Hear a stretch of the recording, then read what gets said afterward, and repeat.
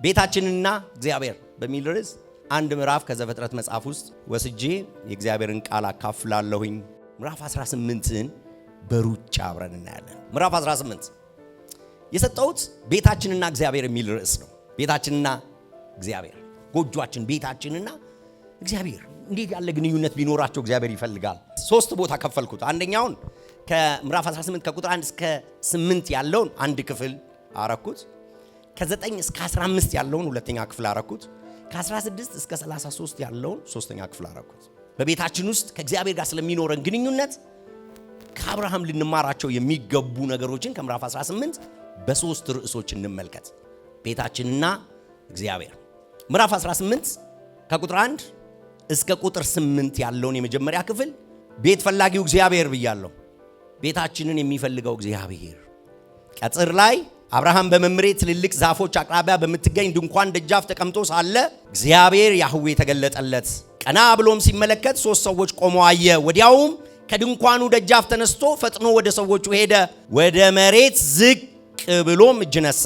አብርሃምም እንዲህ አለ፣ ጌታዬ በፊትህ ሞገስ አግኝቼ እንደሆነ ባሪያህን አልፈህ አትሂድ። ጥቂት ውሃ ይምጣላችሁና እግራችሁን ታጠቡ፣ ከዚያም ከዛፉ ስር አረፍ በሉ። ወደ እኔ ወደ አገልጋያችሁ ከመጣችሁ እህል ቀምሳችሁ ትበረቱ ዘንድ ምግብ ላቅርብላችሁና ጉዞአችሁን ትቀጥላላችሁ። እነርሱም መልካም እንዳልህ አድርግ አሉት። ቁጥር 6 አብርሃምም በፍጥነት ሳራ ወዳለችበት ወደ ድንኳኑ ገብቶ ቶሎ ብለሽ 3 መስፈሪያ ሰቅል ዱቄት አቡኪና ቂጣ ጋግሪ አላት። ከዚያም ወደ መንጋው በጥድፊያ ሄዶ አንድ ፍርጥም ያለ ስጋው ገር የሆነ ጥጃ መርጦ ለአገልጋዩ ሰጠው። አገልጋዩ ጥጃውን ወስዶ አዘጋጀ። አብርሃምን እርጎ ወተትና የተዘጋጀውን የጥጃ ስጋ አቀረበላቸው። ሲበሉም ዛፉ ስር አጠገባቸው ቆሞ ነበር ይላል። የመጀመሪያው ክፍል ይሄ ነው፣ ከ1 እስከ 8። ቤትን ፈላጊ እግዚአብሔር። እንደ መግቢያ አንድ ነገር ማንሳት ያስፈልገኛል። ይሄ ምዕራፍ ስታነሱ የእግዚአብሔርን መገለጥ ማንሳት አለባችሁ። እግዚአብሔር ለአብርሃም ሲገለጥ ይሄ መጀመሪያው አይደለም። በተለያየ ጊዜ በተለያየ ሁኔታ ለተለያየ ዓላማ እግዚአብሔር ተገልጦለታል። ሶ ኤክስፒሪየንስ አለው አብርሃም። እግዚአብሔርን ያውቃል። የአብርሃም ቤት እግዚአብሔር እንኳን አብርሃም አይደለም በአብርሃም ቤት ያሉት ሁሉ በጣም ኤክስፒሪየንስ ከማድረጋቸው የተነሳ ባሪያ የነበረችው አጋር ልጅ በማርገዟ ምክንያት ሳራ ላይ እንዳይሆን ሆና ካባረረቻት በኋላ በምድረ በዳ ሄዳ ታስታውሳላችሁ እግዚአብሔር እንደመለሳት። ከዛ በኋላ ልጅም ከወለደች በኋላ እንደገና ትወጣለች። ምድረ በዳ ላይ አንድ ነገር ተናገረች። ታስታውሱ እንደሆነ ልጁን ጣለች። ሲሞት እንዳታየው ብላ ራቅ ብላ ቆማ ታለቅስ ነበረ ይላል። ከዛ የእግዚአብሔር መልአክ መጣ። ምንድነው የምትሰሪው እዚህ? ምን አድርገሽ ነው? ለምንድነው የመጣሽው ይላታል። ከዛ በኋላ አይኗ ይከፈታል። ምንጭ ታያለች። ኢሚዲየትሊ ያለችው ቃል ኤልሮኢ የሚል ቃል ነው። የሚያየኝን እግዚአብሔርን አየሁት በሚልኛ የተረጎም ነው። ኤልሮኢ እዛ የሚያየኝን እዛ ያየኝ የነበረውን እዛ ማቀው የነበረውን እዚህ ያየሁት ነው የሚለው። እዛ አቀው የነበረውን አብርሃም ቤት እንኳን አብርሃም እንኳን ሶራ እንኳን ልጆቹ ባሪያዎቹ ሁሉ ኤክስፒሪየንስ የሚያደርጉት አምላክ፣ የሚያወሩት የሚያናግሩት አምላክ እዛ አቀው የነበረውን በአብርሃም ቤት አቀው የነበረውን በዚህ ምድረ በዳ እንደገና አገኘሁት ትላለች። አየሁት፣ መጣልኝ እንደገና። ድምፁ ለቤቱ እንግዳ አይደለም። ይወራል ስለ እግዚአብሔር፣ ሕጉ ይነገራል፣ ዜማ ይወጣል፣ ሕግ ይነበባል፣ ስርዓቴን ሕጌን ያስተምራል ስለሚል የትምህርት ጊዜ አለ፣ ግርዘት አለ። የሚገርም ቤት ነው እግዚአብሔር አምላክ ቤተኛ የሆነበት ቤት። ስለዚህ ይሄ መጀመሪያ አይደለም መገለጡ መታየቱ፣ እግዚአብሔር እዛ ቦታ ላይ ራሱን መግለጡ ይሄ መጀመሪያ አይደለም። እሱ ብቻ አይደለም በጣም የሚያስገርመው አብርሃም ይሄን ቦታ በጣም ይወደዋል። ይሄ አሁን ያነበብኩላችሁ የመምሬ ዛፎች አካባቢ በጣም ለአብርሃም የተለመዱ ናቸው። በአብርሃም ታሪክ ውስጥ በልጆቹ ታሪክ ውስጥ በጣም ወሳኝ ቦታ ነው ይሄ ቦታ። ስለነዚህ ቦታዎች በአብርሃም በይስሐቅ በያዕቆብ ሕይወት ውስጥ የተነገሩ ናቸው። ከግብጽ ሲመለስ አብርሃም ከስደት ሲመለስ እግዚአብሔር አምላክ ለተገለጠለት አምላክ መሰዊያ ሰራ የሚለው በዚህ ቦታ ላይ ነው። ለረጅም ጊዜ ኖሮ እዛ ነው። ለረጅም ጊዜ ሳራን ቀብር ከሰዎች ገዝቶ የቀበረው እዛ ነው። እሱም የተቀበረው እዛ ነው። ይስሐቅ በዛ ነው የተቀበረው። ይሄ ቦታ በጣም የታወቀ ፌመስ፣ አብርሃም በጣም ፌመስ የሆነበት ቦታ ነው። ይህንን ማወቅ ለምን ይጠቅማል? ቀጥዬ ማነሳላችሁ ነገሮች ይኖራሉ። እዚህ አካባቢ ላይ አብርሃም ከቤቱ ወጥቶ ደጃፍ ላይ አለ። ከአብርሃም ጎጆች ልንማራቸው የሚገቡ ነገሮች በዚህ በ8 ቁጥሮች ውስጥ አሉ። በጣም አስገራሚ ነገር። አንደኛው እግዚአብሔር የሚፈልገው ምን አይነት ጎጆ እንደሆነ፣ ምን አይነት ቤት እንደሆነ 4 ነገሮችን መማር እንችላለን። የመጀመሪያው ሰማያዊ ጉብኝት ነው ለአብርሃም የሆነለት። አሁን እንደምነግራችሁ በጣም በተደጋጋሚ እግዚአብሔር የሚመጣበት የሚገኝበት እግዚአብሔር በዓለም ሁሉ የሱ ምድር ሁሉ የሱ ነገዶች ሁሉ የሱ ህዝቦች ሁሉ የሱም ቢሆኑ ግን እግዚአብሔር በተደጋጋሚ ቪዚት የሚያደርገው ቤት ተመልከቱ። ጌታዬ በፊት ሞገስ አግኝቼ ከሆነ ካለ ሞገስ ስላገኘ አብርሃም ሞገስ ስላገኘ እግዚአብሔር አብርሃምን ስለወደደው ወደ ቤቱ የሚመጣ ሰው ነው። ሞገስ አግኝቼ ከሆነ ባሪያህና አልፋ ትሂድ ይለዋል። የንግድ ነገር ካልሆነ መኖሪያ ቤቶች ከመንገድ ውጪ ነው የሚሰሩት። ስለዚህ ከመንገድ ወጥቶ ነው የመጣው። በዛ ዘመን የነበረ አንድ ተጓዥ ከመንገድ ወጥቶ ወደ ቤታችሁ ከመጣ እየለመናችሁ ነው። ባይናገርም አስጠጋኝ እያላችሁ ነው፣ አሳድረኝ እያላችሁ ነው፣ አብላኝ አጠጣኝ፣ ከዛ በኋላ መንገድ ልቀጥል እያላችሁ ነው። ስለዚህ መንገድ ሰብሮ መጥቷል፣ ከዋናው መንገድ ወጥቷል። ስለዚህ ማረፍ ፈልጓል። አብርሃም እረፉ፣ ብሉ፣ ጠጡ የሚላቸው ለዛ ነው። ቁጥር 5 ላይ ወደ እኔ ወደ አገልጋያችሁ ከመጣችሁ ይላል። እግዚአብሔር በምህረት የሚያየው ቤት፣ እግዚአብሔር ሁልጊዜ መልእክት የሚያመጣለት ቤት፣ እግዚአብሔር ፕሬዘንሱን መገኘቱን ወደሱ የሚያደርግለት ቤት ነው ይሄ ቤት። እግዚአብሔር ይፈልጋል ጎጆ የሚያናግረው፣ ስለ ትውልድ የሚያወራው፣ የሚመለክበት፣ የሚዘመርበት፣ ህጉ የሚነገርበት። በንጋቱም ተነሱ፣ ምሽት ላይ እንትን ደረሱ ይላል መላእክቶቹ። ለምንድን ነው መላእክት ይሄን ያህል ሙሉ ቀን የወሰደባቸው ወደ ሰዶምና ጎሞራ ለመሄድ? እያዩ ነው መሄድ የፈለጉት። ልናይ ነው የመጣ ነው። ምድሪቱ ኃጢአቷ ላይ ደርሷል። ልናይ ነው የመጣ ነው። እንደዛው ነው ወይ? ስለማያውቅ አይደለም። ቪዚት እያደረገ ነው። መላእክቶች ቪዚት እያደረጉ ነው። ከዚህ ነው ሰብረው ወደዚህ ቤት የመጡት። እግዚአብሔር አምላክ ልቡ ዘንበል የሚልበት ጎጆ ይፈልጋል። ጎራ የሚልበት ቤት፣ ሊያወራው የሚፈልገው፣ ስለ ትውልድ ሊናገረው የሚፈልገው፣ ሊያበረታታው የሚፈልገው፣ ማረፍ የሚፈልግበት ቤት ይፈልጋል እግዚአብሔር። አስገራሚ ነገር ነው። ሰማይ ጉብኝቱን ሊያረግ የሚፈልግበት ቤት፣ ሰማይ እየተወራ ያለውን ሊያወራ የሚፈልግበት ቤት፣ ስለ ምድር፣ ስለ ሀገር፣ ስለ ትውልዶች ሁሉ እግዚአብሔር ዘንድ ያለውን ጮኸት ደርሷል። የሆነ ሀገር እንዲህ ሆኗል፣ አንተ ጋር ደግሞ እንዲህ የሆነ ነው ሊለው የሚፈልገው ቤት። ምን መታደል ነው ይሄ! አስገራሚ ጉብኝት እግዚአብሔር አምላክ የሚገባበት። ታስታውሱ እንደሆነ ኤልሳ የሚባል አንድ ነቢይ ያገለግላል። በየሰፈሩ በየመንደሩ ያገለግላል። ሲያገለግል የምታውቀው አንዲት ሴት በበሯ ሲያልፍ አየች። ና ግባ አለችው ይላል። ና እኔ ቤት ረፍ፣ ና ላይኛውን ሰገነት ላዘጋጅልህ፣ አልጋ ላርግልህ፣ ና ግባ አለችው ይላል። ያ የእግዚአብሔርን ነገር የመፈለጓ ልክ ስለነበረ ኤልሳ ተደነቀ። እሱን ማሳረፍ ብቻ አይደለም፣ ያንን በየመንደሩ የሚሄድን አገልግሎት ወደ ቤት የማስገባት ፍላጎት እግዚአብሔር ይፈልጋል። የሚፈልግ ካገኘ፣ የሚወድ ካገኘ፣ የሚጠራው ካገኘ፣ በትዳር መሃል፣ በቤተሰብ መሃል ና በመሃላችን የሚለው ካገኘ እግዚአብሔር ጎጆ ይፈልጋል። ከአዳራሽ ከመቅደሳችን በላይ እግዚአብሔር ጎጆ ይፈልጋል። ጎራ የሚል የሚያወራው የሚያናግረው ልጆቹን የሚዳስስበት ችግር ካለ የሚያወራበት እግዚአብሔር መሐሪ ስለሆነ እግዚአብሔር ቸር ስለሆነ እዚህ ጉባኤ ከሚያገኘን በላይ ቤታችን መምጣት ይፈልጋል። መታችሁ እዚህ ከምታመልኩት በላይ ቤታችሁ መጥቶ እንዲመለክ ይፈልጋል። አብርሃም ደግሞ እንዲህ አይነት ጉጉት፣ እንዲህ አይነት ፍላጎት፣ እንዲህ አይነት ጥማት ያለው ሰው ተገናኙ። እግዚአብሔር ለስራው እየሄደ ነው። እግዚአብሔር ምድርን የማስተዳደር ፍትህ የመስጠት የመቅጣት ምሕረት የማድረግ በምድር ላይ ለሚሰራው ስራ መላእክቶቹን ይዞ እየመጣ ነው። አብርሃም ቤት ጎራ ማለት ፈለገ። ሰንበል አለ። ሞገስ አግኝተሃል አለው። እግዚአብሔር በቤታችሁ ይደሰት። እግዚአብሔር በጎጆአችሁ ይደሰት። ወደ ቤታችሁ ለመምጣት የሚፈልግ እንዲሆን እግዚአብሔር አምላክ ጎጆአችሁን በኢየሱስ ስም ይውደድላችሁ። አስገራሚ የሰማይ ጉብኝት የሚያይ ቤት ከመላእክቱ ጋራ እግዚአብሔር መጣ። ወደ እኔ መጣችሁ ከሆነ አላቸው፣ ወደ አገልጋያችሁ ከመጣችሁ አላቸው። የት ነው እየሄዱ ያሉት? ሎጥ። የት እየሄዱ ነው? ሰዶምና ጎሞራ። አብርሃም ምን ይላል? መጣችኋል ወደ እኔ። ምን ጎራ አረጋችሁ ወደ እኔ? አብርሃም ገብቶታል እግዚአብሔር ያለ ምክንያት ወደ ሰው ቤት እንደማይመጣ፣ ወደ ሰው ጎጆ እግዚአብሔር ዝም ብሎ እንደማይመጣ ያውቃል። ተመልከቱ ሁለተኛውን አስገራሚ የቤቱን ፍላጎት ያላችሁ። የእግዚአብሔር ፍላጎት ብቻ አይደለም፣ መንገር የሰበረውን እግዚአብሔርን ብቻ አይደለም። ስለ ሀገር፣ ስለሆነ አንድ ቢዝነስ፣ ስለሆነ አንድ ስራ አዋሳ እየሄደ ዝዋይ እንደ እግረ መንገዴን ሰላም ልበልሽ ቢል እኮ ወይ ጉድ እንዴት ልቤ ውስጥ ኖረህ ነው ትላላችሁ። እግዚአብሔር ከዋና መንገዱ ሰብሮ አንድ ወዳጅ አለኝ ካለ እግዚአብሔር ወደ ጎጆአችሁ፣ ወደ ቤታችሁ፣ ወደ ልጆቻችሁ መኝታ እግዚአብሔር ወደ ህይወታችሁ ይምጣ። አሜን በሉኝ። እንዲህ አይነት አምላክ ምን ይፈልጋል? ምን ይፈልጋል? ምን ይፈልጋል? አብርሃምን ይዩት። እግዚአብሔርን መፈለግ እና ፈጣን ምላሽ፣ በጣም ፈጣን ምላሽ። አብርሃምን ይዩት። አያቸው 3 ሰዎች ተነሳ ይላል።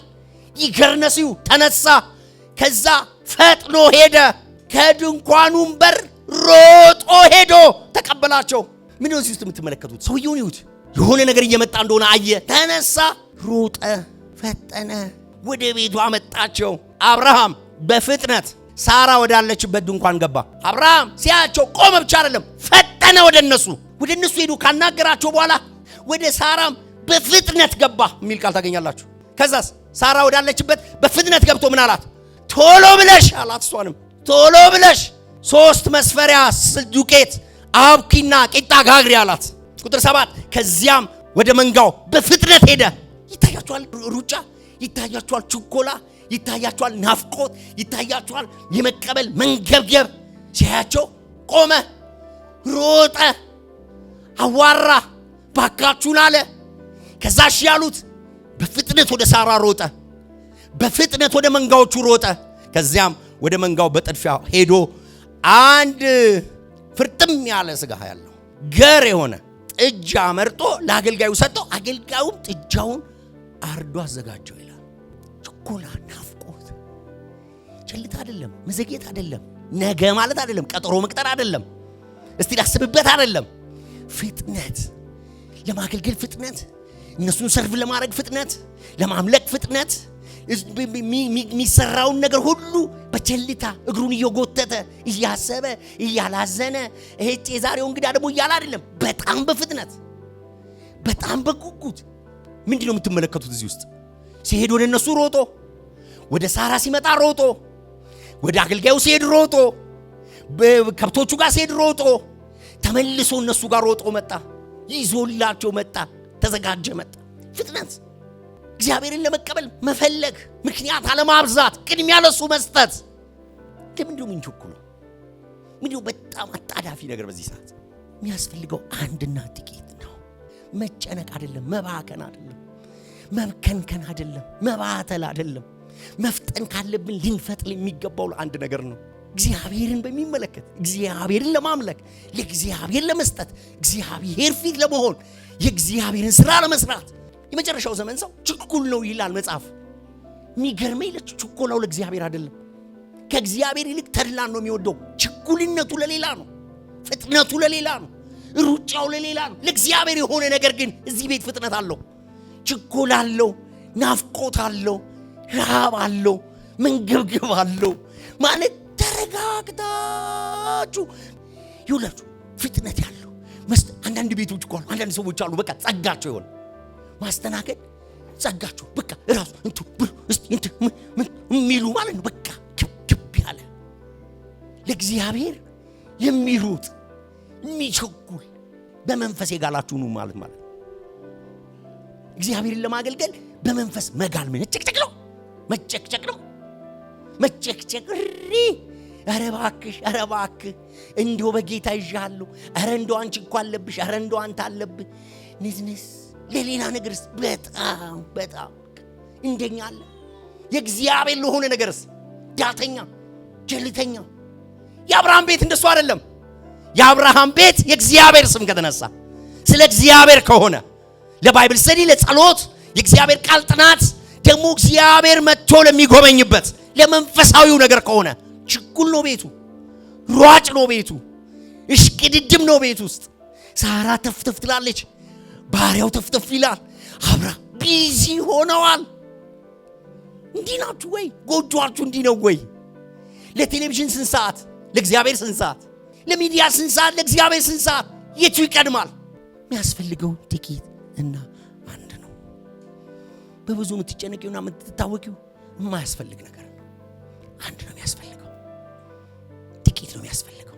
ችኮላ፣ ረሃብ፣ ናፍቆት ካስፈልገም እግዚአብሔርን ለማገልገል እግዚአብሔርን ሳቲስፋይ ለማድረግ የእግዚአብሔርን ሥራ ለመስራት። በጣም ሌላ አስገራሚው ነገር ሰማይን የተረዳበት መንገድ ነው። 3 ናቸው የመጡት። አብርሃም የሚያዋራው ግን አንዱን ነው። አይታችሁታል። ያቃላ ኤክስፒሪየንስ አለዋ። ያቀዋል፣ አምላክን ያቀዋል፣ ያህዌን። አብርሃምን በመጀመሪያ ጊዜ ጎብኚዎቹን እንዳወቀ እርግጠኛ መሆን አንችልም። ግን ከዚህ በፊት በነበረው ኤክስፒሪየንስ ያን የተለየውን ያቀዋል። ወደ መሬት ዝቅ ብሎ የተደፋው ለማን እንደሆነ ያውቃል። በጣም ከዚህ በፊት የተገለጠለት አምላክ ስለሆነ ከመላእክት ጋር ሲመጣ አይቀላቀልበትም። ሐሰተኛ መልእክት፣ ሐሰተኛ ትምህርት፣ ሐሰተኛ መንገድ፣ ሐሰተኛ ሕይወት በደንብ ይታወቃል። ኤክስፒሪየንስ ላደረገ ለቀመሰ አብርሃም ምንም አልተቸገረም። ጌታዬ በፊትህ ሞገስ አግኝቼ እንደሆነ ባሪያህን አጣልፈህ አትሂድ አለው ይላል። በቃ ለሱ ነው የሚያወራው። እንግዶቹ 3 ናቸው። አብርሃም ጥያቄውን የሚያቀርበው ለአንዱ ነው። ከሶስቱ አንዱ ለሆነው እንደሆነ የሚያሳይ ነገር አለ። 10ኛው ቁጥር ላይ እግዚአብሔር የዛሬ ዓመት በዚህ ጊዜ በእርግጥ ተመልሼ ይመጣል። እግዚአብሔርም ሲያወራው ከአብርሃም ጋር እንመጣለን አይለውም። በትክክል በግልጽ የሚታወቅ አምላክ ነው። እዛ ቤት እግዚአብሔር በምንም አይነት አጀብ ውስጥ ተምታታችሁብኝ ማለት ቆይ አንዴ ይቅርታ አድርጉልኝና አንተ ማነህ አይልም። በዚህ የተወናበደ በዚህ ግራ የተጋባ መልአክና ሰይጣንን መለየት በተቸገረን ጊዜ መድረኩንና ጨለማውን መለየት በቸገረን ጊዜ መንፈሳዊና ዓለማዊ የሆኑ ድብልቅልቁ በወጣበት በዚህ ጊዜ ቤቶች ከእግዚአብሔር ጋር ካልተገናኙ እንዴት ይታወቃል? ቤቶች እግዚአብሔርን በትክክል የማያውቁት ከሆነ ለእግዚአብሔር የሚገባውን ለእግዚአብሔር የሚነገረውን ከእግዚአብሔር የሚሰማውን በትክክል የማያውቁ ኤክስፒሪየንስ የማያረጉ ከሆነ እግዚአብሔርም ይሄንን ያጸድቃል፣ ያወራዋል። ግቡ ብሉ ጠጡ ረፉ ይላል። ከዛ በኋላ ሲያወራ ግን ብቻውን ለሱ ያወራዋል፣ ለመሪው ለዋናው ያወራዋል። እግዚአብሔርም ከአብርሃም ጋር ሲያወራ እንደ እግዚአብሔር ሲያወራው ብቻውን ነው፣ እኛ አይለውም። ቁጥር 22 ላይ ተመልከቱ። ሰዎቹም ፊታቸውን ወደ ሰዶም አቅንተው ሄዱ፣ አብርሃም ግን በእግዚአብሔር ፊት ቆሞ ነበር ይላል። ወደ ሰዶም ሄዱ። ምዕራፍ 19 ሄዱ። 2 መላእክትም ሰዶም ገቡ ይላል። 3 ነበሩ፣ አንደኛው ሰው ቀርቷል፣ ከወዳጁ ጋር አስቀርቶታል ወዳጁ። ሌሎች ወደ ስራ ሄደዋል። ምዕራፍ 19 ወደ ሶዶም የገቡት 2 መላእክት ናቸው። እግዚአብሔር የሚባል አምላክ የሚታወቅበት ቤት፣ ልዩ መገለጥ ያለበት ቤት፣ በተለያየ ቻናል የማይሸወድ ቤት፣ በተለያየ መንፈሳዊ ነገር የማይሸወድ ቤት፣ እግዚአብሔርን በትክክል የሚያውቅ ቤት። እግዚአብሔር ይህንን ይስጠን። እግዚአብሔርን ኤክስፒሪየንስ ያደረገ ቤት፣ እግዚአብሔርን በግልጽ የተረዳ ቤት፣ እግዚአብሔር ጋር ኢንካውንተር ያለው ቤት። 2 መላእክት በመሸ ጊዜ ወደ ሶዶም ሄዱ፣ በሎጥም ቤት ገቡ። ታስታውሳላችሁ ከዛ በኋላ የሆነውን። እግዚአብሔር ራሱን የሚገልጥበት መንገድ ነበረው። በብሉይ ኪዳን በሰው አምሳል ወልደ እግዚአብሔር ጌታ ኢየሱስ በብሉይ ኪዳን እንደ ሰው ይገለጥ ነበር። አብርሃም ቀኔን ሊያይ ተመኘ አለው። እንደዚህ እንደ ሰው የሚገለጥ አንድ ቀን ስጋ የሚለብስ መሆኑን ተረድቷል፣ ተገንዝቧል። አየ፣ ሐሴት አደረገ ይላል። እግዚአብሔርን ያየው አንድስ እንኳን የለም። ዮሐንስ ወንጌል ምዕራፍ 1 ቁጥር 18፣ አንደኛ ጢሞቴዎስ ምዕራፍ 6 እግዚአብሔርን ያየው የለም ይላል። እግዚአብሔር ታይቶ አያውቅም። እዚህ ጋር የታየው በስጋ በቤተልሔም የተወለደው የናዝሬቱ ኢየሱስ በስጋ ሆኖ እግዚአብሔር ራሱን በሰው አምሳል ገለጠ እዛ ቤት ውስጥ። እኛ ገና በስጋ ተገልጦ የምናየውን እግዚአብሔርን አብርሃም ያን ጊዜ ኤክስፒሪየንስ አድርጎታል። ቀንህን ማየት ፈልጋለሁ ብሎታል። ኤክስፒሪየንስ ማድረግ ፈልጋለሁ ብሎታል። ታስታውሳላችሁ በተራራው ላይ መጥቶ አይቶታል። አየ፣ ሐሴት አደረገ። ለምን? በቃ ሐሴቱ እሱ ነው፣ እሱ ደስታው እሱ ነው። እሱ እግዚአብሔር የሚባል አምላክ፣ እግዚአብሔር የሚባል አምላክ። አራተኛው በጣም የሚያስገርመኝ ነገር ትህትና ነው። እዛ ቤት ውስጥ ማይ አስገራሚ ትህትና። አብርሃም እርጎ፣ ወተት የተዘጋጀውን የጥጃ ስጋ አቀረበላቸው። ሲበሉም ዛፉ ስር አጠገባቸው ቆሞ ነበር ይላል። አብርሃም እጅግ ባለጠጋ ሰው ነው። ባይተወይ በጣም ከምታስቡት በላይ በጣም ባለጠጋ። አንድ ሎሌው ሲናገር ልንገራችሁ ምን እንዳለ። ምዕራፍ 24 ላይ ለልጁ ሚስት ሊያመጣ ሄዶ እንዲህ አለ። ኤሌዘር እኔ የአብርሃም አገልጋይ ነኝ። እግዚአብሔር ጌታዬ እጅግ ባለጠጋ አድርጎታል፣ እጅግ ባርኮታል፣ እርሱም በልጽጓል። በጎችና ከብቶች፣ ብርና ወርቅ፣ ወንድና ሴት አገልጋዮች፣ ግመሎችና አህዮች ሰጥቶታል ይላል።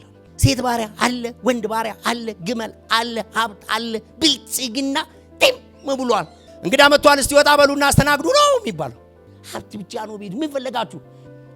ሳራ ግቢበት አንቺ። ይሄ የእግዚአብሔር ጉዳይ ነው። አሁን እግርሽና ጣጥፍሽ ሶፋ ላይ የምትቀመጭበት ጊዜ አይደለም። እመቤት አይደለሽ። እኔም ጌታ አይደለሁም፣ ሌላ ጌታ መጥቷል። ቤታችን ክብር የሚገባው አንዳለ በያንቺ ግቢ። ለሰራተኞች አይሰጥም። አሁን ይሄ አሁን ለሌላ የሚሰጥ አይደለም። አንቺው ምትሰሪው ስራ ነው። አንቺው የምታቦኪው፣ አንቺው የምትጋግሪው። ከዛ ደግሞ ሄዶ ራሱ ነው የሚመርጠው። ምንድነው ጥጃው ምናምኑ እስቲ የትኛው ይሻላል ብሎ አያዝም። ተሰርቶ የመጣውን ቆሞ የሚያበላው እሱ ነው። አጠገባቸው ቆሞ ነበር ይላል። ትህትና አታው እዚህ ቤት ለእግዚአብሔር የሚሆን ትህትና ታያላችሁ እዚህ ቤት። እግዚአብሔር የሚፈልገው ቤት ይሄንን ነው። ለማገልገል ምንም ኮቱ የማይጠባው ራሱን ከማንም ጋር አመሳስሎ የሰማይ አምላክን ለማገልገል የሚፈልግ ስታተሱ ማይዘው ሁሉ ወንድሞቹ የሚሆኑለት አንድ ጌታ ብቻ፣ አንድ ንጉስ ብቻ፣ አንድ ክብር የሚገባው ብቻ። በዛ ቤት አብርሃም አይደለም ጌታ፣ ሌላ ጌታ መጥቷል። ያቃሉ ባሪያዎቹ ሁሉ አብርሃም ጌታቸው ሽር ጉድ ሲል ያዩታል፣ ሲያገለግል ያዩታል። ልጆቻችሁ እንዴት ናቸው? ያያሉ ወይ? ለዚህ ጌታ ዝቅ ከፍ ስትሉ ለቤቱ፣ ለስራው፣ ለወንጌል፣ ለእግዚአብሔር መንግስት አገልጋዮቻችሁ ያሉ፣ የቤት ሰራተኞቻችሁ ያሉ ስለ አገልግሎት ስለ እግዚአብሔር ሲባል የምታረጉትን ነገር ይመለከታሉ። ትዝናችሁ እንዴት ነው? ይሄ ቤት ለእግዚአብሔር ይመቸዋል። ይሄ ቤት ለእግዚአብሔር ይመቸዋል።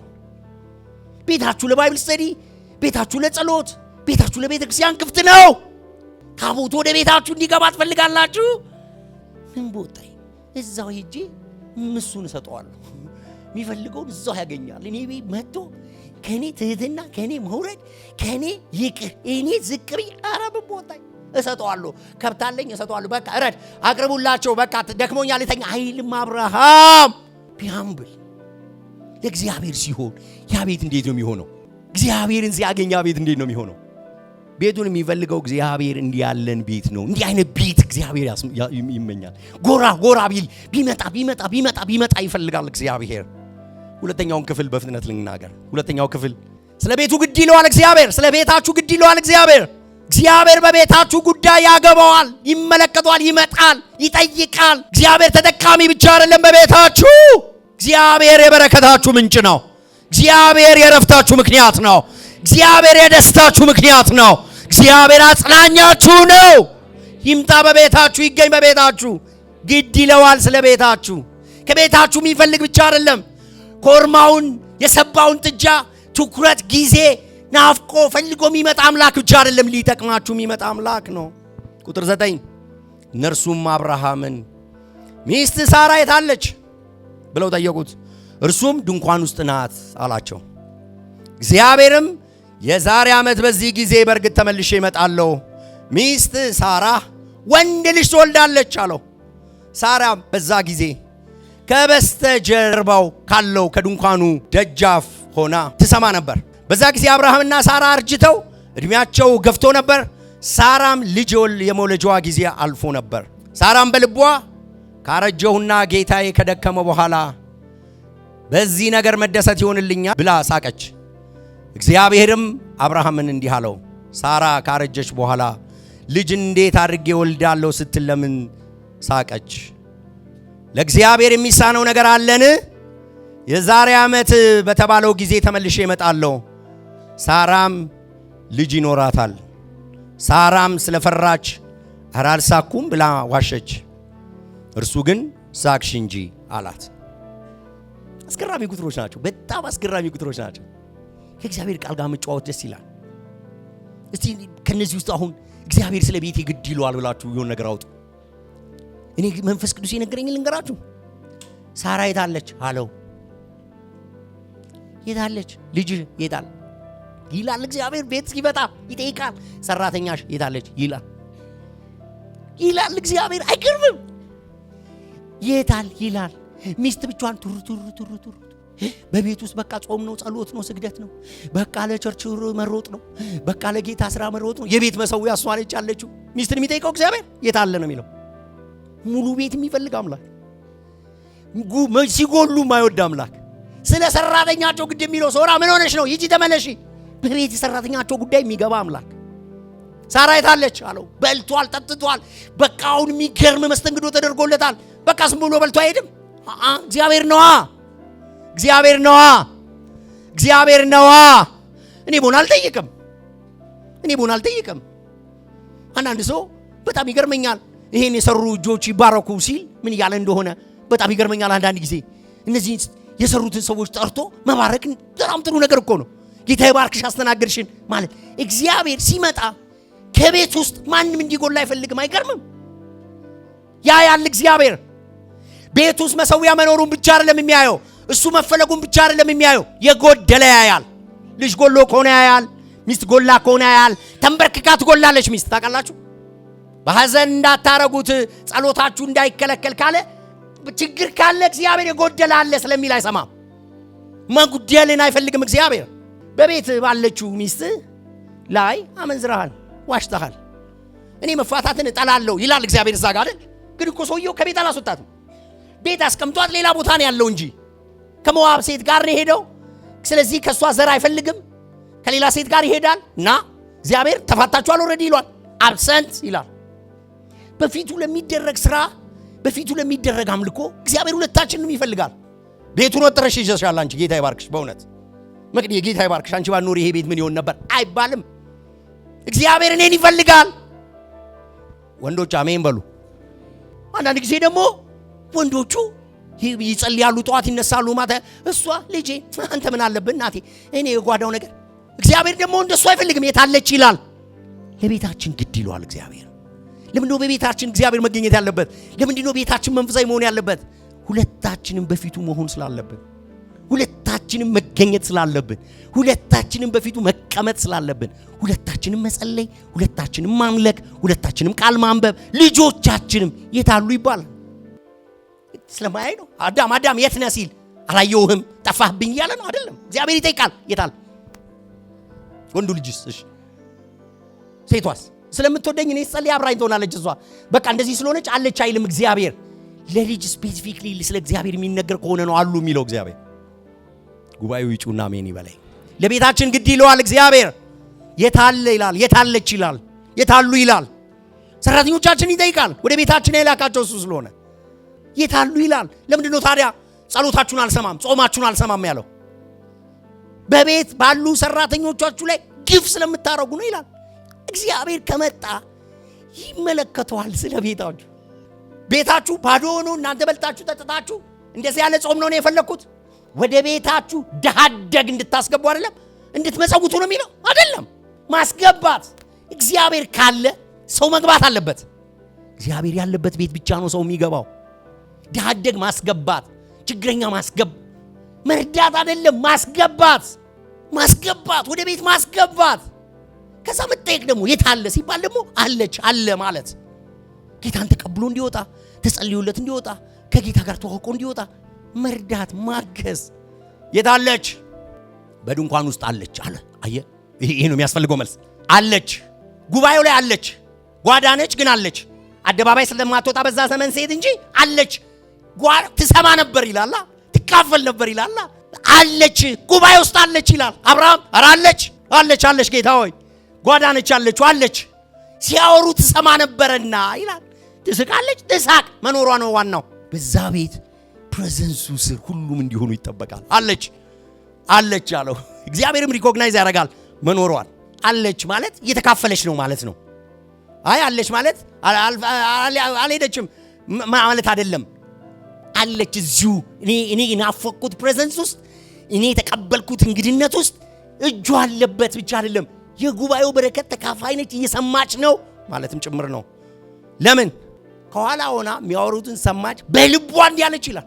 ካረጀውና ጌታዬ ከደከመ በኋላ በዚህ ነገር መደሰት ያሳቃት ይሄ ነው ያላት። ልጁ ለጂ ብቻ አይደለም ከባልሽ ጋር ተኝን ያላት እና በዚህ ነገር እኔ አውልድ ምን ያለችው በቃ እንዲህ ምንማ ፍትወት እንደገና ይሆንልኛል እንዴ? ለኔ ደካማም ብትሆኑ እቤታችሁ ውስጥ ይኑር ፕሬዘንሱ።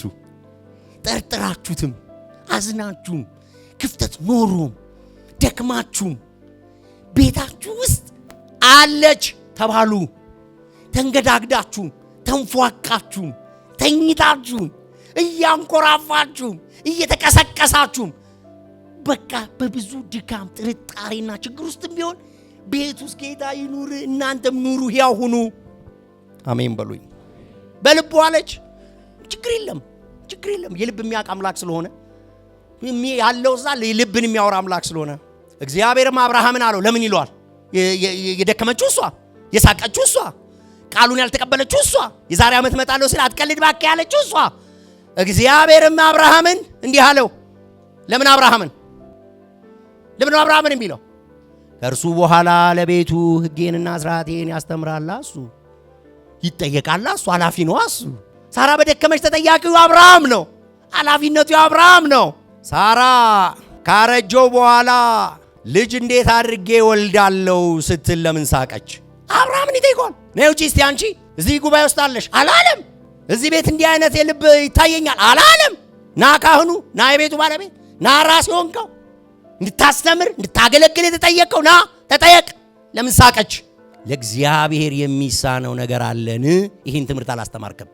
ምዕራፍ 15 ላይ ኤልሻዳይ ነኝ ብዬ አስተምሬ የለም ወይ? ተገልጬለ አልነገርካትም? እኔ እችላለሁ ብያለሁ፣ አስተምሬያለሁ፣ ገልጬለ አልነገርካትም? ሳራም ስለፈራች እረን ያልሳኩ ትክክለኛና ቀና የሆነውን በማድረግ የእግዚአብሔርን መንገድ ይጠብቁ ዘንድ ልጆቹንና ከእርሱ በኋላ ቤተሰቦቹን እንዲያዝመርጨዋለሁ። አባወራዎች ልጸልይላችሁ። እጆቻችሁን ከፍ አድርጉ። እንደ ካህን እንደ ቤት ባለቤት በቤታችሁ ላይ እግዚአብሔር አምላክ እንዲኖር እንዲያወራ እግዚአብሔር አምላክ በቤታችሁ እንዲገኝ በኢየሱስ ክርስቶስ ስም እግዚአብሔር የመሪነት ሚናችሁን እንድትወጡ ይርዳችሁ። የሚቀጥለው በጣም የሚገርም ነው። የታለች ብቻ አይደለም፣ እመጣለሁ ይለዋል እግዚአብሔር። እመጣለሁ፣ የዛሬ ዓመት እመጣለሁ አለው። ቀጠሮ በጉባኤው ላይ ድንገት እመጣለሁ፣ የዛሬ ዓመት እመጣለሁ። ተመልከቱ ምዕራፍ 17 ላይ ምዕራፍ 18 ነው። ምዕራፍ 17 ላይ ተገልጦለት ከአንድ ዓመት በኋላ ሳራ ልጅ ትወልዳለች ብሏል። ምዕራፍ 17 ቁጥር 21 ላይ ሳራ የዛሬ ዓመት ልጅ ትወልዳለች ብሏል። አሁንም እንደገና እመጣለሁ የዛሬ ዓመት ይለዋል። ልጅ ከወለደች በኋላ እመጣለሁ፣ ቪዚት አደርጋችኋለሁ ነው የሚለው። እንደዚህ ነው የሚለው እግዚአብሔር የዛሬ ዓመት በዚህ ጊዜ በእርግጥ ተመልሼ እመጣለሁ፣ ሚስት ሳራ ወንድ ልጅ ትወልዳለች አለው። አሁን እኔ እንደዚህ ብዬ ሳልኩኝ ለምን ነው የምትመጣው? እመጣለሁ የዛሬ ዓመት ሲለው ለምን? ለደስታ ስትስቅ ማየት። ባዘነ ጊዜ መጥቼ የለ፣ ተጨንቀ መጥቼ የለ፣ ፈርተ መጥቼ የለ፣ ተርበ መጥቼ የለ፣ ተቸግረ መጥቼ የለ፣ ተሰደ መጥቼ የለ። ስትስቅ እመጣለሁ፣ ደስ ይልህም እመጣለሁ፣ በደስታህም ጊዜ ይገኛለሁ ነው እግዚአብሔር እያለ ያለው። በደስታ ጊዜ አለው፣ በሳቅ ጊዜ አለው፣ በፍሳህ ጊዜ አለው። በችግር ጊዜ የሚገኝ አምላክ በደስታችንም ይገኛል። ደስ እንዲለን ሁሉን አትረፍርፎ በሚሰጠን በእግዚአብሔር ተስፋ እንድናደርግ ስለሚል መጽሐፍ በሐዘናችን ጊዜ በቤታችን የሚገኝ አምላክ ነው። ምዕራፍ 15 እሱን ይነግረናል። 17 ላይ ደግሞ በሌላ ጊዜ በሌላ ሁኔታ በሌላ እጥረት በሌላ ችግር በሌላ ፈተና አሁን ደግሞ እመጣለሁ ብሎ ቀጠሮ የሚቀጥረው የሳቅ ነው። ሳቀች፣ ይሳቅ ሊሉ ሊስቁ ቤቱ ደስ ሊለው እግዚአብሔር የክብር እንግዳ መሆን ይፈልጋል። ለዛ ቤት የደስታ የሐዘንም ጊዜ መገኘት የሚችል ወዳጅ እግዚአብሔር ነው። እጆቻችሁን አንሱ ልመርቃችሁ። እግዚአብሔር አምላክ ቤታችሁን ይባርከው። በሐዘናችሁም በደስታችሁም ጊዜ መጀመሪያ ተገኙ። የመጀመሪያው በቤታችሁ የሚገኘው እግዚአብሔር ይሁንላችሁ። እግዚአብሔር ይገኝላችሁ። እመጣለሁ ይበል በሳቃችሁ፣ እመጣለሁ ይበል በደስታችሁ። እግዚአብሔር በደስታችሁ ቀን አብሯችሁ ይሆን፣ በሐዘን በጭንቀታችሁ ጊዜ አብሯችሁ ይሆን። የእግዚአብሔር መገኘት በሁሉም ሁኔታ ውስጥ ከእናንተ ጋር ይሁን። ሳራ ከጥቂት ሳምንታት በፊት ነው ስሟን የቀየረው። ምዕራፍ 17 ላይ ሶራ ነበረች እስካሁን ድረስ። ይሄንን የሚጠይቁት መላእክቶቹ ናቸው። ሶራ ነበር ስሟ፣ ሳራ የታለች ይላሉ። እስካሁን ድረስ በዚህ ስም ብዙ ሰው አይጠራትም። ሰማይ ግን ሪኮግናይዝ አድርጓል። ምዕራፍ 17 ላይ እግዚአብሔር ስሟን ቀይሮ ኪዳን ሰጥቶ በሰማይ ያ ቤት የሚታወቅበት መንገድ ተቀይሯል። ሶራ አይደለም የትውልድ እናት በሚል ነው መላእክቱ የሚጠሯት፣ ሳራ ብለው ነው። አብርሃም ገና አልጀመረም። ጥቂት ሳምንታት ጥቂት ጊዜ ነው ስሟ ከተቀየረ። ሰማይ ተቀብሎታል። ምድር ላይ ገና ነች። ይሄን ስም በቤቷ ኤክስፒሪየንስ አላረገችውም። እግዚአብሔር በአዲሱ ስም ሲጠራ ይሁት። ይሄ እዚህ ቤት መጥቶ ሰማይ በሚያውቀው ስም፣ እግዚአብሔር በቀየረው ስም፣ እግዚአብሔር በሚጠራው ስም ክብር ለእግዚአብሔር ይሁን። ክብር ለእግዚአብሔር ይሁን።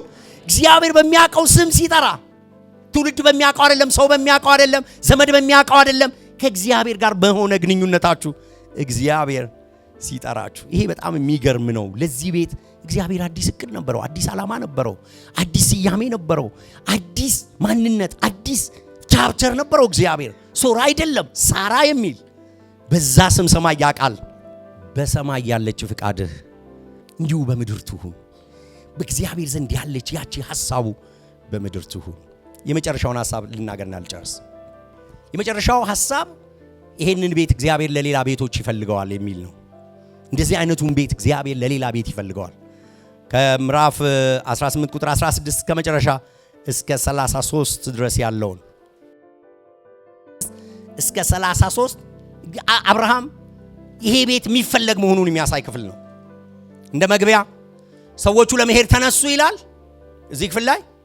ቁልቁልም ወደ ሶዶም ተመለከቱ፣ አብርሃምም ሊሸኛቸው አብሯቸው ወጣ ይላል። በቃ እዚህ ጋር ነው የሚጀምረው። አሁን በልተዋል፣ ጠጥተዋል፣ አድረዋል።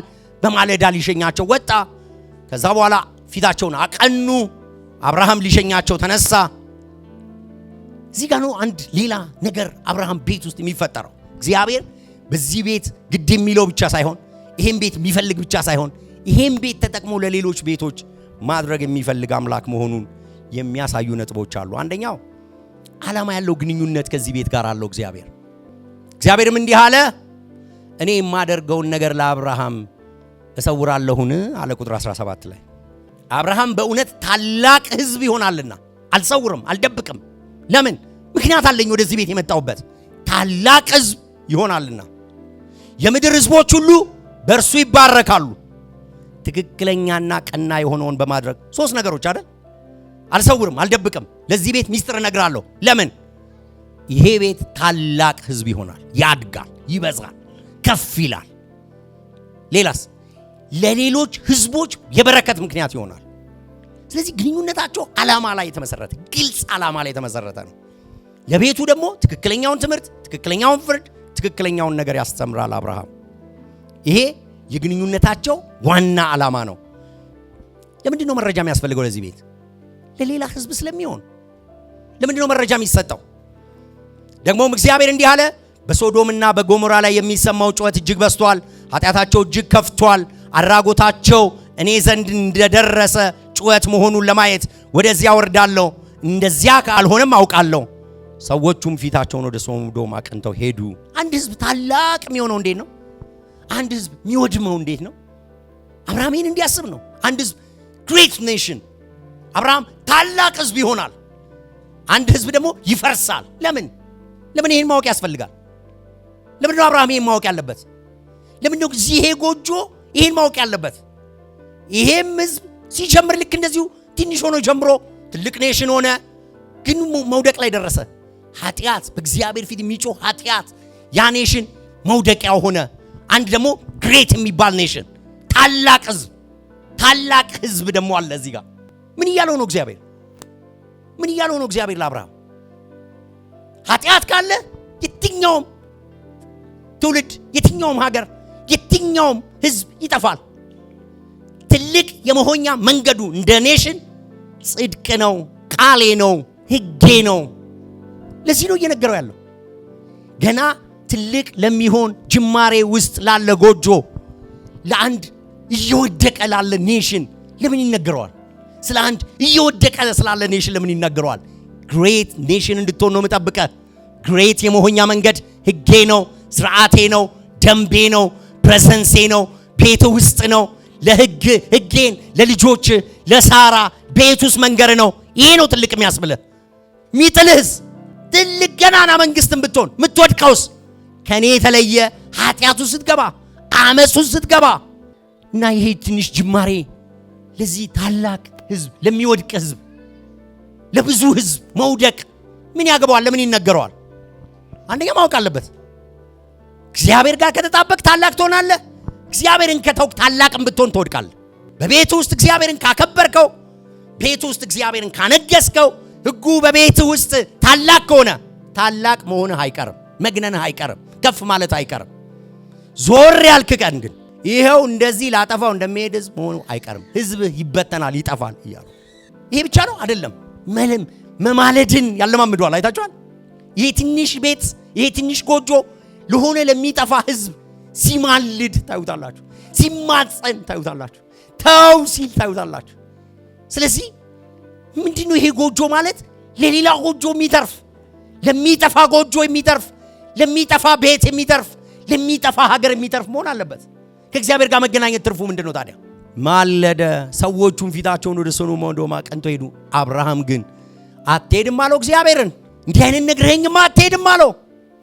ኦኬ ጥሩ ኢንፎርሜሽን ነው፣ ይገርማል። ቀድሜ ነው የደረሰኝ፣ ወዲያው ነው እኮ የገባኝ፣ ወዲያው እኮ ነው ያየሁት፣ ሶሻል ሚዲያ ላይ አይቼው ነበር አይደለም የሚለው። መረጃ ሲደርሰው ከሰማይ ድምፅ ሲሰማ በእግዚአብሔር ፊት ይቆማል። ስለሚጠፋ ሕዝብ፣ ስለሚያለቅስ ሕዝብ፣ ስለተሰደደ ሕዝብ ሲሰማ በቃ እንደ ማንኛውም ዜና አይደለም የሚያየው፣ በእግዚአብሔር ፊት ይቆማል። ይሄ ጎጆ ለሌላ ቤት፣ ያዘነ ቤት፣ ለታረደ ቤት፣ ለተፈናቀለ ቤት፣ ጦርነቱ ስላለ ቤት የሚማልድ ቤት፣ ሚጮ ቤት። እኔ ቤት ሰላም ነው ጎረቤቴ ጋር ችግርም ቢሆን አይልም።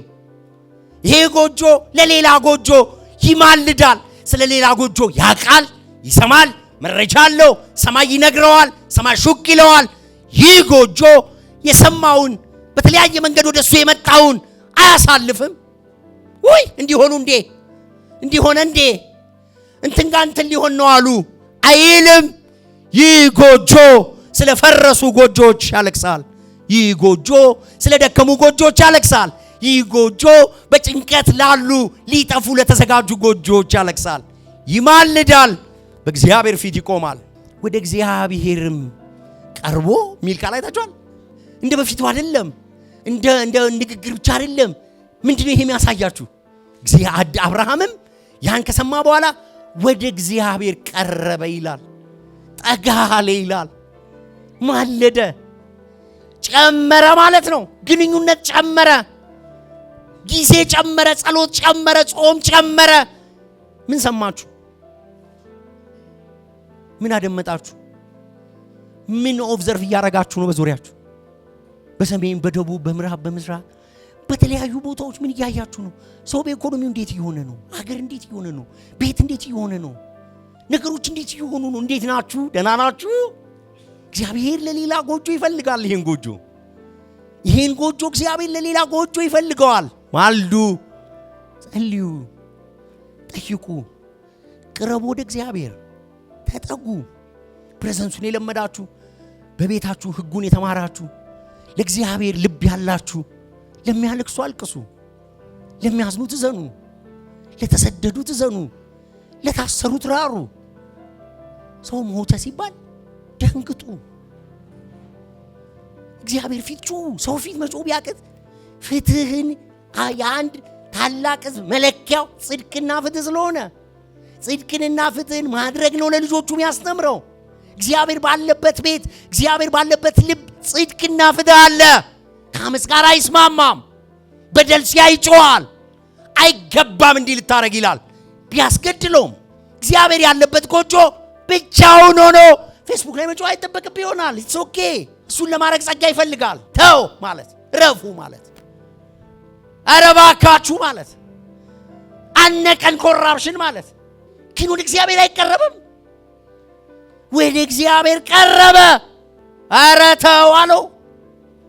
እግዚአብሔር ሆይ አንተ እንዲህ አይነት አምላክ አይደለህም፣ አውቃለሁ። ፍትህ የምትወድነ፣ ፍትህ አስተምር ብለህ ያስተማርከኝ ነህ። ደግሞ ህዝቡን ሁሉ ልታጠፋ ብለህ 50 ጻድቅ አብረህ ታጠፋለህ። እንዲህ አይነት ነህ አንተ፣ አታረገውም። አንተ ንጹህ ነህ፣ አንተ ታማኝ ነህ፣ እንዳልከኝ ነህ፣ ጻድቅ ነህ፣ ፍትህ አድራጊ ነህ። ይሄው እኮ ላይ ኃጢአታቸው ደርሷል ቼክ ላርግ ብለን የመጣው ያለ ፍትህ አትበይንም። 50 ቢኖር 50 ይጠፋል። ጻድቅ አብሮ ይጠፋል። ጌታ ሆይ ኧረ ጌታ ሆይ ቢኖር አላረግም አለ እግዚአብሔር። ምን እያለው ነው? ምን እያለው ነው? ምን እያለው ነው? አብርሃም 300 አሉት በቤቱ ያሳደጋቸው ሰራተኞች አሉ። በልጆች አሁን ይወለዳሉ። ኔሽን እየሆነ ነው። እግዚአብሔር ስለ 50 ሀገር ይተዋል። እግዚአብሔር ኔሽን ይተዋል። በምድር ላይ የመጣን መክሰፍት ይከለክላል። ለ50 ብሎ ሰማ አብርሃም። በጎጆ የምትሰራልኝ እኮ ሀገር እንዲድን የሚያደርገውን ነው፣ ትውልድ የሚያድነውን ነው። እስራኤልን የታደገውን ዳዊት እንዳውቃለህ፣ የእስራኤል ልብ እንዳይወድቅ ያደረገውን ዳዊት፣ እሱን ዳዊት ታውቃለህ። አንተም በቤት ለልጆች ይህን በማስተማር ይህን በመንገር ሀገር እኮ ማዳን ትችላለህ። ስንት ናቸው ቤት ውስጥ ያሉት? ስንት ናቸው አንተ ጋር ያሉት? ሀገር ይድናል። የእግዚአብሔር ቁጣ ይከለከላል። እግዚአብሔር አምላክ ይርዳኝ የሚል ይጩና አሜን ይበል። የስ ለ50 እግዚአብሔር ይቆማል።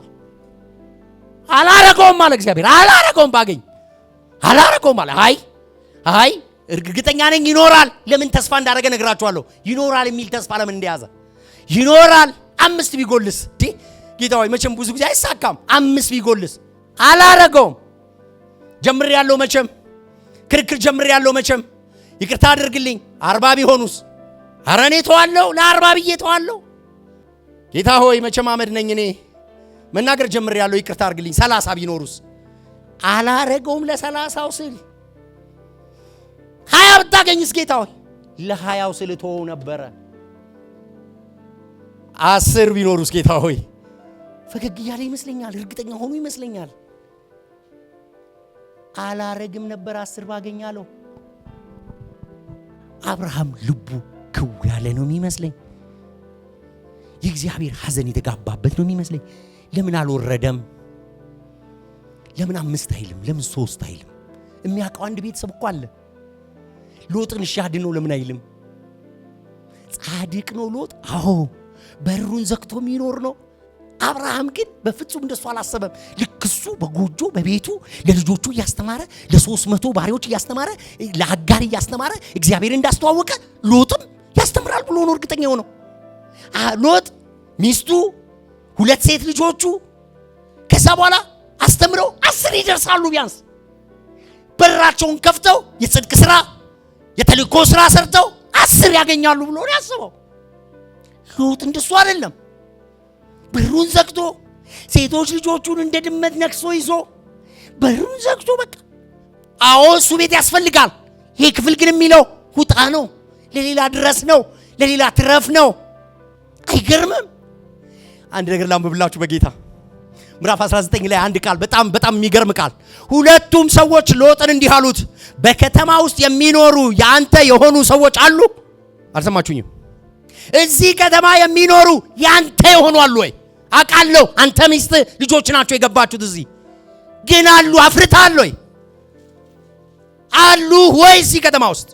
ባንተ ዳኑ ያህዌን የተዋወቁ እንደ አብርሃም አጋር ያህዌን እንዳወቀች አንተ ሎጥ እንኳን ያህዌን እንደተዋወቅ።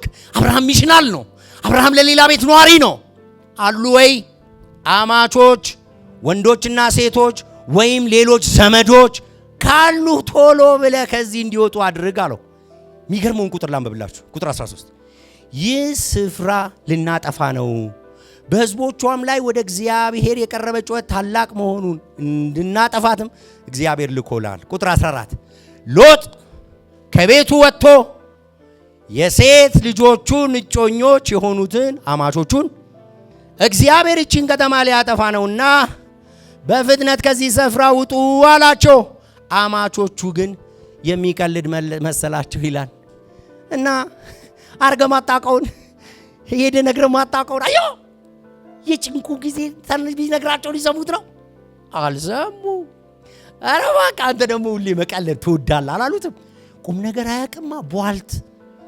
ቤት ውስጥ ግን ጻድቅ ነው፣ ለልጆቹ ግን ጻድቅ ነው። ቤት ውስጥ ግን እግዚአብሔር አለ፣ ሕጉ አለ፣ እግዚአብሔር ይከበራል እዛ ቤት ውስጥ። ግን ለሌላ ቤት አልሆነም። አማቾቹን ማትረፍ አልቻለም። የልጆቹን እጮኞች ልጆቹን ያተረፈ ልጆቹን ከልጆቹ አይም አንዳንድ ሰው በቃ ቤቱ ነው የሚታየው። ጎረቤት አይታየው፣ ዘመድ አይታየው፣ እህት ወንድም አይታየው፣ ሌላ ቤት አይታየው፣ ገጠር ከተማው አይታየው፣ ሚሽን አይታየው፣ መሄድ አይታየው፣ መሮጥ አይታየው፣ መድረስ አይታየው፣ ብቻውን። አብርሃም እርግጠኛ ነበረ ሎጥ ብቻውን አይቀርም በፍጹም። ቢያንስ 10 ይደርሳሉ ብሎ ነበር። 10 ይደርሳሉ ብሎ ነበር። ልመርቃችሁ ወይ እግዚአብሔር ፍሬ ይስጣችሁ። በቤታችሁ ኤክስፒሪየንስ የምታረጉት ይሄ ጌታ ለልጆቻችሁ ባሎች ብቻ አይደለም፣ ለልጆቻችሁ ሚስቶች ብቻ አይደለም፣ ለዘር ማንዘራችሁ የምትተርፉ ያድርጋችሁ። እግዚአብሔር ገጠር ከተማ የሚደርስ ጎጆ ይስጣችሁ። ከናንተ ቤት የሚወጣ በረከት በቤተ መንግስት ይሰማ። በዛ ቤት የገባው ታቦት እንደባረከው ቤቱን በዳዊት ዘንድ ተሰማ እንደሚል እግዚአብሔር ለከተማ ያድርጋችሁ። እግዚአብሔር ለገጠር ያድርጋችሁ። እግዚአብሔር ለትውልድ ያድርጋችሁ። ከተማይቱ ጋራ አብራችሁ እንዳትጠፉ ሚስትህን 2 ሴት ልጆችን ይዘ ከዚህ ውጣ አሉት ይላል። ብቻውን እሱ ብቻውን ሊተርፍ 3 ነገር ብያለሁ። እግዚአብሔር እንዲያለን ቤት ይፈልጋል። እግዚአብሔር ስለ ቤታችን ግድ ይለዋል። እግዚአብሔር ቤታችንን ለሌሎች ቤቶች መዳኛ ሊያደርገው ይፈልጋል። አጠገባችሁ ያለውን ሰው ያዙልኝ እና እባካችሁን ንገሩልኝ እንደዚህ ብላችሁ ቤትህን እግዚአብሔር ይፈልጋል። ቤትህን በሉት እግዚአብሔር የሚፈልገው ቤት አድርግ። እግዚአብሔር ስለ ቤትህ ግድ ይለዋል።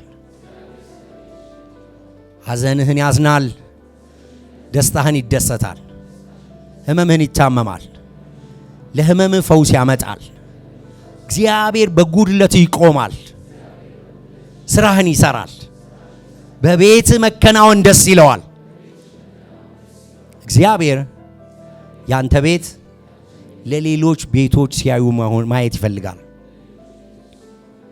ስትማልድ፣ መረጃ ስትወስድ፣ የእግዚአብሔርን ሐሳብ ስትጠይቅ፣ ስትረዳ፣ ስትጸልይ፣ ደግሞ ለሌሎች ሪች አውት ስታደርግ፣ ስትመሰክር፣ ሌሎችን ዊን ስታደርግ፣ ለሌሎች እውነትን ስትናገር እግዚአብሔር ማየት ይፈልጋል። እግዚአብሔር ከቤታችን ጋር ያለው ግንኙነት ይህ ነው። አሜን። እንደዛው እንዳላችሁ እንጸልይ። እጆቻችሁን አንሱና